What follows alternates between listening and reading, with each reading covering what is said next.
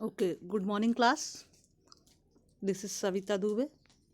Now we should have to start with our SST period. And about the yesterday's homework, Ujjwal Singh has sent me a photograph of his homework. He has tried his best for 1 marks. You should have to write some more things for 3 to 5 marks. Okay. Yesterday we have completed with Ramakrishna Mission and Swami Vivekanand. Today we have to start with Pratana Samaj. Established in 1867 at Bombay, the Pratana Samaj sought to remove caste restrictions, abolish child marriage, encourage the education of women, and end to ban on widow remarriage. Its religious meeting drew upon Hindu, Buddhist, and Christian texts. प्रार्थना समाज की स्थापना 1867 में बॉम्बे में हुई थी, जिसको आज हम मुंबई के नाम से जानते हैं. द प्रार्थना समाज sought to remove caste restrictions. प्रार्थना समाज का एक उद्देश्य कास्ट रेस्ट्रिक्शंस को दूर करना था, यानी समाज में जो रेस्ट्रिक्शंस लगाई गई थी, बंदिशें लगाई गई थी, उनको दूर करना. अबॉलिश चाइल्ड मैरिज, यानी बाल विवाह को पूरी तरह से समाज में से ख़त्म करना. Encourage the education of women and encourage यानी प्रोत्साहित करना महिलाओं की शिक्षा को, स्त्री शिक्षा को. And the ban on window remarriage, विधवा पुनर्विवाह पे जो लगी हुई रोक थी हमारे समाज में, उसको ख़त्म करना. It's religious meeting Drew upon Hindu, यह एक धार्मिक सभा थी जो हिंदुओं के लिए बुलाई गई थी, बुद्धिस्ट के लिए और क्रिश्चियन टेक्स्ट पे. क्रिश्चियन टेक्स्ट यानी बाइबल वगैरह पे. वेद समाज, सेकंड है आपका Veda Samaj. Established in Madras Chennai in 1864, the Veda Samaj was inspired by the Brahmo Samaj. Veda समाज की स्थापना ब्रह्मो समाज से प्रेरित होकर की गई थी. ब्रह्मो समाज जिसकी स्थापना राजा राम मोहन राय ने की थी, और उसी से इंस्पिरेशन लेके वेद समाज की स्थापना की गई थी. It work to abolish caste distinctions and promote widow remarriage and women's education. इसका एकमात्र उद्देश्य धर्म से ही रिलेटेड था, कास्ट रेस्ट्रिक्शंस को दूर करना, जातिवाद को दूर करना, विधवा पुनर्विवाह को प्रोत्साहित करना और महिलाओं की शिक्षा में सुधार लाना. Its members believed in one God. Veda Samaj के जो सदस्य थे वो एक ईश्वर में बिलीव करते थे, विश्वास रखते थे. They condemned the superstitions and rituals of orthodox Hinduism. They condemned superstitions, superstitions यानी अंधविश्वास. इन लोगों ने अंधविश्वासों के खिलाफ जो है लड़ाई लड़ी. रिचुअल्स यानी पुरानी परंपराएं. ऑर्थोडॉक्स हिंदुइज्म, ऑर्थोडॉक्स यानी पुरानी समाज से प्रेरित पुरानी विचारधारा के लोग, कट्टर विचारधारा के लोग. ठीक है. नेक्स्ट है आपका Aligarh movement. The Mohammedan Anglo Oriental College founded by Syed Ahmad Khan in 1875 at Aligarh. Mohammedan जो आप लोग कहते हो यानी मुस्लिम लोगों का कॉलेज था ये. Anglo oriented college, oriental college. Anglo यानी इंग्लैंड के साथ प्रतिबद्ध था. इसकी स्थापना सैयद अहमद खान के द्वारा 1875 में अलीगढ़ में की गई थी.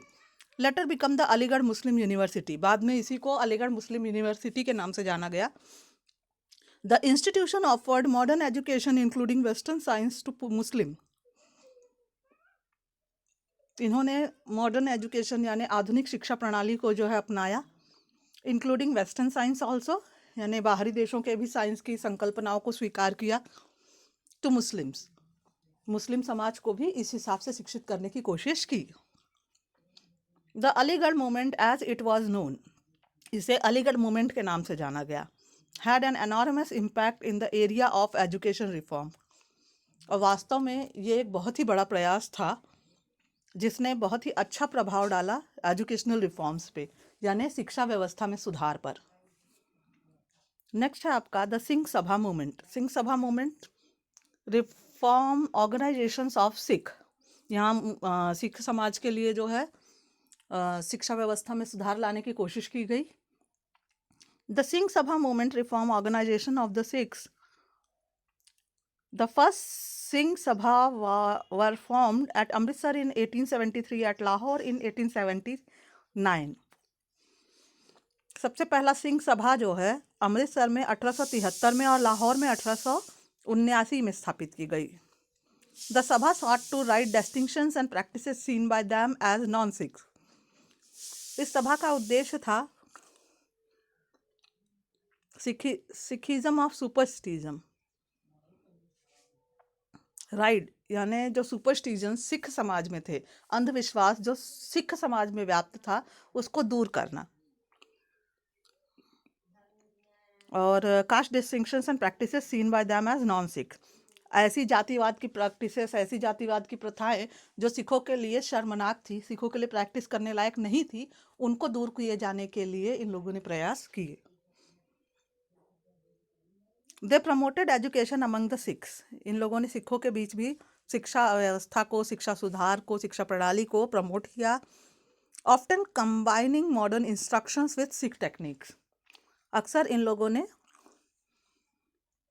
मॉडर्न इंस्ट्रक्शंस सिख समाज के साथ, सिख टीचिंग्स के साथ ऐड करी और शिक्षा व्यवस्था में अच्छा सुधार लाने की कोशिश की। एल्सवेयर यानी भारत से बाहर की बातें हैं ये। May be black slaves and white planters के बारे में आप लोगों ने इंडिगो रेवोल्यूशन में पढ़ा भी है। यहाँ पे ब्लैक स्लेव यानी जो काले रंग के लोग थे, यहाँ वर्ण भेद की बात की गई है, काले या सांवले रंग के, या जो लोग वाइट पीपल नहीं थे, उन लोगों के साथ जिस तरह का भेदभाव या डिस्टिंक्शन होता था, उससे रिलेटेड ये बातें हैं।